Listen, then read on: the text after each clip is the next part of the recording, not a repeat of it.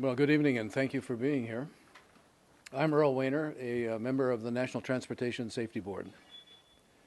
As we reported earlier today, investigators from the NTSB arrived this morning in Fairfield, Connecticut, and began the on-scene investigation of the Metro North passenger train accident that occurred at approximately 6:10 last evening. Before I update you on the investigation, I do again want to extend our condolences on behalf of the NTSB to the families and friends of the victims of this tragic accident. As to our progress on the investigation, we're still in the very early stages, and I'll brief you on the work our investigative teams have done in the past 8 hours. The teams led by investigator in charge Mike Hiller have made progress in a number of areas. I'll first call out the team name and then walk you through their activities. First, the track team. This team's made a site assessment and began collecting track measurements in the area of the accident. There was a section of rail on the eastbound track, that part of the rail going toward New Haven, that was fractured at a rail joint. This fracture is of interest to our investigators because some of the witness marks on the fracture surface of the rail. Next, the mechanical team. They've started an inspection of the cars involved in this derailment. They've also collected inspection documentation from Metro and have requested maintenance records. Because the cars are still buried in ballast, a full inspection can't be completed at this time. Plans to remove the cars to a location which will support a complete examination are underway. The teams identified the previous eastbound train that traveled through this area immediately prior to the derailment and will complete an inspection of that train as well. The signals team. This team's worked closely with the Federal Railroad Administration and Metro North and has completed a download of the signal system data and has started their review. Next, the operations team. The operations team's been in contact with the engineers and train crew of both trains involved in the accident and will be scheduling interviews in the next few days. The survival factors group. This group's in the process of completing a thorough examination of the vehicles involved in the collision that suffered the most damage. So far, they've taken detailed measurements and photographic documentation. The human performance team. This team's in the process of requesting the medical documents and training records for the train crews involved in this accident.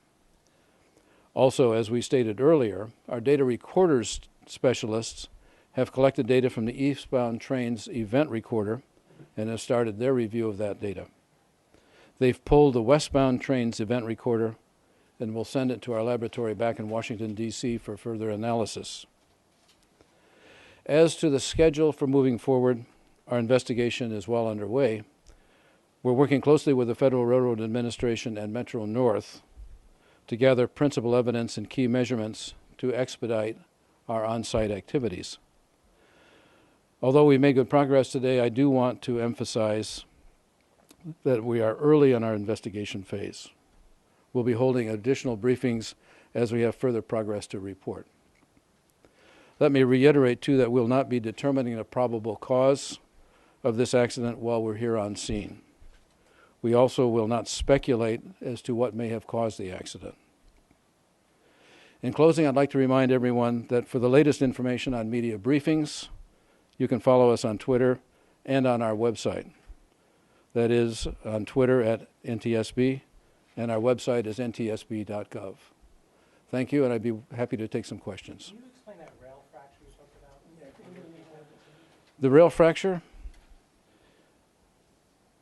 We look for witness marks, and witness marks are some telltales that indicate something's anomalous. So in this particular case, we're looking to see if there was a discontinuity in the rail, and that would show up as perhaps a mark on the tread of a wheel. What would that indicate? It would indicate a discontinuity in the surface, so it might indicate that there was a break in the rail. When was the last train that went over that portion of track? When was the last train? Well, do you know specifics about the train?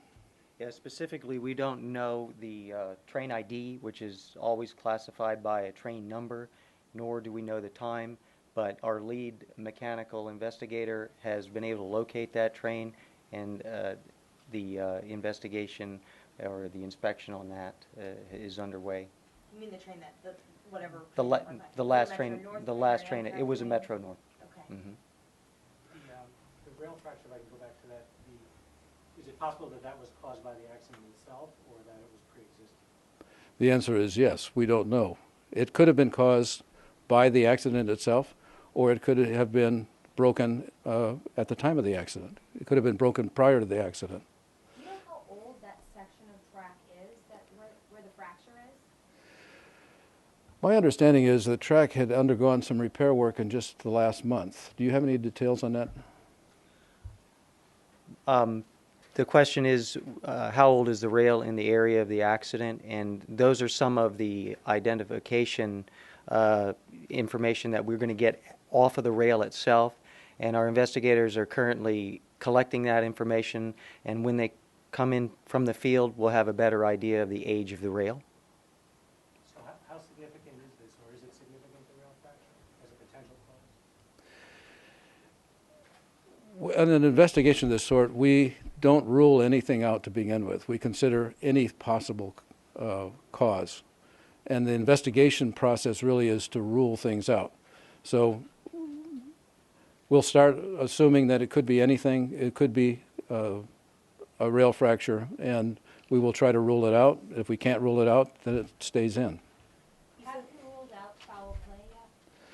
We've early on in the investigation, the FBI was involved, but they decided that there was no foul play, and they have since removed themselves from the investigation. So it's ruled out then? Do you consider it ruled out? 'Cause you We consider it ruled out. Was there any crew members injured? Were there any crew members injured? I don't have that information. There was one of the conductors was injured. I just left her.